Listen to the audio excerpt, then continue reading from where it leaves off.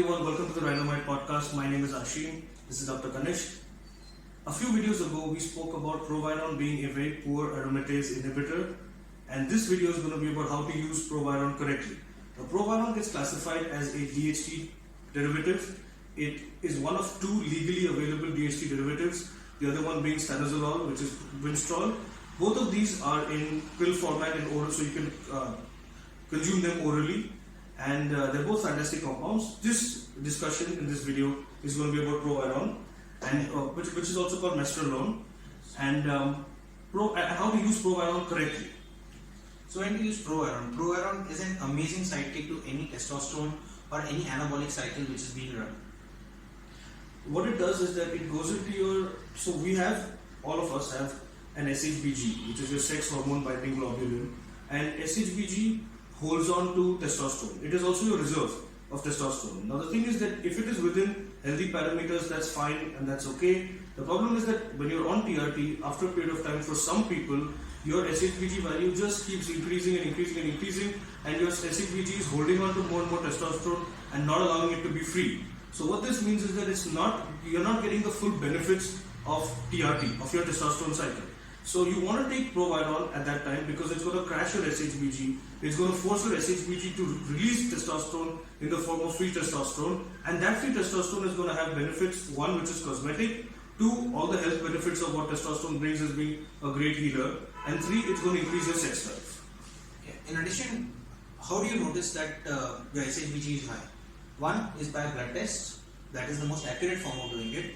And the second that you can do is that, let's say that 200 mg of testosterone was giving you very good results, and suddenly that dose stops working for you. You know that the 200 mg in the past had given you very good results and the doses stopped working. It means that SHBG has increased. Yeah, most likely. Most likely. That is the scenario. Right. So running Proviron at that time would help. Exactly, and you can do either a blood test of SHBG or you can do a blood test for free testosterone. They're two sides of the same coin, and they both cost almost the same. So just doing one of the two is enough to give you a good understanding of what the scenario is like. Yes. So what are the side effects of Proviron? When you have a lot of Proviron, and of course this is dose dependent, and it's also dependent on individual to individual. These are all guidelines. At the end of the day, every single patient, every single person that is on TRT is an independent case. So with all those caveats and those disclaimers set aside, what we would say is that you're going to have the same basic problems that would happen with any DHT, which is hair fall and acne. So you want to always be careful about this. If your dose hits a threshold limit relative to you, you're going to start experiencing acne and hair fall. The next thing, which is the thing that is scary and which I want you to talk about, especially because you're a doctor, so we should definitely talk about this, is prostate issues. When you have a lot of Proviron, you're going to have prostate swelling.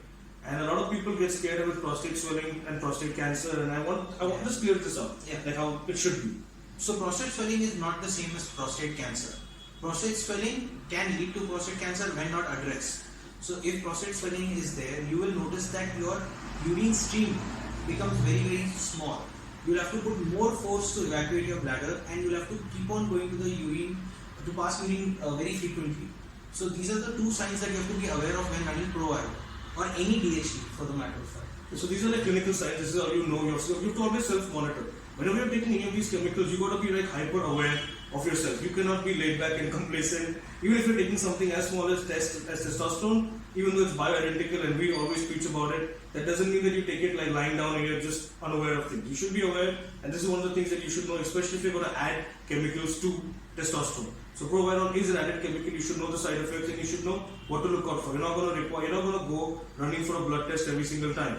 It costs a lot of money. In addition, if you get balding or you get acne or you get any of these symptoms with just testosterone alone, then Proviron is not an option for you. It's not a good option. And also, if ever you get like prostate enlargement and you get prostate swelling, or you get your acne, or you get hair fall, if any of these side effects start happening, just stop. Like stop your dose, gradually lower it, like skip a couple of doses and then slowly taper it off. And in doing that, because you're hyper aware and you're doing it at the right time and you're making the change quickly, all of this will reverse itself. You don't have to do anything on top of this to reverse this. In short. Yeah. As long as you're aware of it and you don't allow it to be allow these problems to persist for a long period of time, you will not get these side effects which are going to be permanent. Exactly, and so there are two topics that I want us to discuss. One is an alternative to Proviron. Or rather, why do we use Proviron when there are other alternatives? Like another great alternative is Masteron, and Masteron is fantastic because it has a lot more cosmetic effects. It's going to give you that lean hardness that you want in your muscles, and it's also, I mean, if you have Masteron, then you don't, like, very few people will offer Proviron. The thing is that Masteron is not readily available. I don't think any pharmacy keeps it. I don't think any doctor is also going to write a prescription for it with that. But Masteron is a fantastic chemical as well. The only drawback is that it is an injectable. And for anybody who's on TRT, who's doing frequent dosing, microdosing of TRT, they don't want to become a pincushion where they take multiple shots or they take bigger and bigger injections. They want to keep things simple. So Masteron is not an alternative. That's why people don't go for that. Yes, but Masteron is a stronger anabolic than Proviron. Exactly. So if you have to choose, like, between running Proviron, let's say that we take test out of the equation. There is no test, there is no base, there's nothing. If you're going to take either of these two chemicals just by itself, which one is going to be better for you? Like, for so anyone? Proviron is a weak anabolic. It is not going to cause any cosmetic changes on its own. While Masteron on its own will cause cosmetic changes where it can literally dry you out and give you that clean hard look. Exactly. And as far as triggering that sex drive, Masteron is much better. Yeah, Masteron goes and works on the lizard brain as such. Exactly. It causes increased So sex one of the things that, when we save this for another video, but one of the things that happens when you take, this is a little bit off topic, but one of the things that happens is when you take like all the nandrolone compounds that have degenerative issues. Yeah, they have neurodegenerative issues, and they also affect your hormone, their mood enhancers. They do affect your mood. So whenever you take any of those, there's always a risk of chemical castration. And whenever that happens, you see a lot of people who take cycles of like test, trend, mast. So mast is added in to make sure that whatever chemical castration that might take place with You trend. don't get trending. Yeah, you don't exactly. So whatever chemical imbalance or chemical castration that might happen with trend, Masteron is meant to reverse it. So Masteron is super powerful In that sense. in that sense. And this leads us to the final topic that I wanted us to like talk in this video, and that is dosages of Proviron. Now keep in mind, before Kanesh gets into this, just keep in mind that everybody is independent. We said that again, so all those caveats apply, especially to dosages. The only thing I would want to say is that you don't want to exceed 100 mg a day, ever. Because 100 mg seems to be the general threshold at which point all of these side effects come in a very aggressive manner and nobody should have to deal with that. So it's not safe. You're not playing it safe anymore. Over 100 mg means you're flirting with danger. And in addition to that, we wouldn't want to run Proviron for more than 5 to 6 months at a time. Yeah, It is based on how your body responds to it. So Proviron comes as 25 mg tablets. You would want to start at the most conservative dose, which we feel is half a tablet morning and half a tablet at night. That equals to 25 mg a day or 1 tablet in a day. And you can slowly scale it up to 1 tablet in the morning, half a tablet at night, or one tablet in the morning, 1 tablet at night, and then slowly gradually taper it up to 100 mg where you're taking 2 tablets in the morning, 2 tablets at night. But we would not exceed anything above that. How do I know when I should increase the dose? Like, how do I know that just 12.5 isn't enough? So you know that on the same testosterone dosing, that what effects you are getting, you'll start feeling the same effects. Plus your sex drive picks up. So one of the things that Proviron does do is it improves libido. A lot of people on TRT, when they have high SHBG, suffer from low libido because of the free testosterone being low.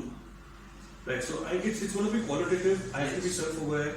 I mean, not me, but like people have to be self-aware when they take this chemical, and then they have to be able to gauge. Well, they have, our patients have us, but in general, whenever someone is taking Proviron and you're going to self-administer it, then you've got to be that much more hyper-aware of all these other things going on and gauge accordingly, right? Yes. Okay. Is there? I want to bring out one other thing.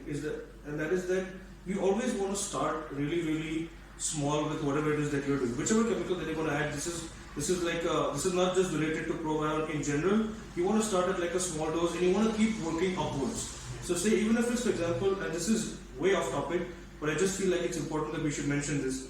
If it's Winstrol, you want to start Winstrol also at, let's say, 25 mg 3 times a week, injectable Winstrol for example, you want to take 25 mg 3 times a week, which is sometimes laughable. A lot of people would find these extremely conservative and they'd be like, this is not going to do anything for me. And maybe that's true. Maybe that's true that for some people it's not going to do anything. But you want to start at 25 3 times a week, then make it like say 50 3 times a week, then 75 3 times a week, and go up to a point where you know that your body is showing all the side effects that are there. So you should know the side effects of whatever chemical that you're taking, and the second you start feeling it, that means that you're now flirting with danger. This is your threshold limit for your body, and maybe it's time to cut back down or not stay at this dose beyond a certain point. Yeah, because you're allowing your body to understand the chemical, and after understanding the dose that works for you, when you repeat this cycle, you don't need to go the conservative route again. You can start at that dose.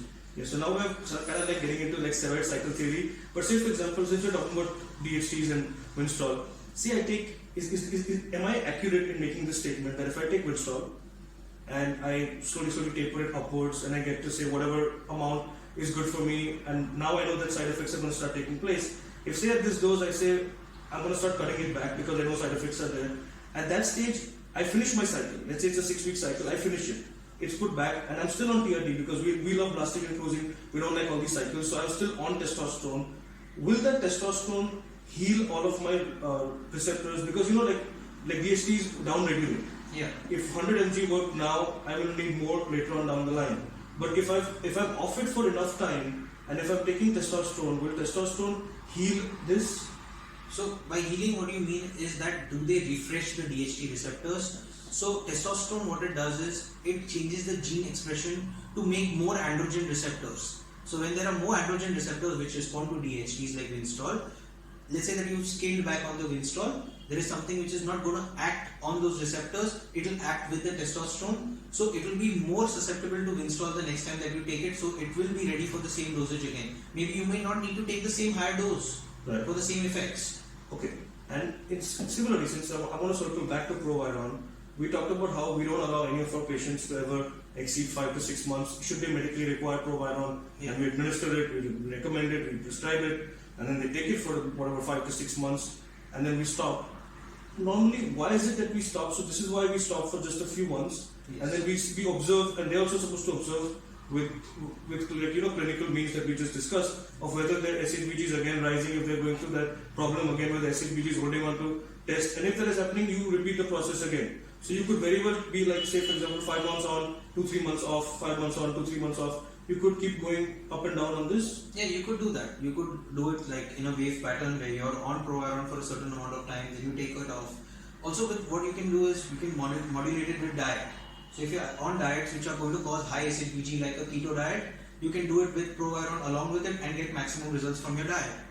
Right, because keto will cause your SHBG to rise, and Proviron is counteracting on that, breaking it down. So you're getting the benefits of keto, plus you're getting the benefits of Proviron freeing up testosterone, and therefore you're getting the best bang for your buck.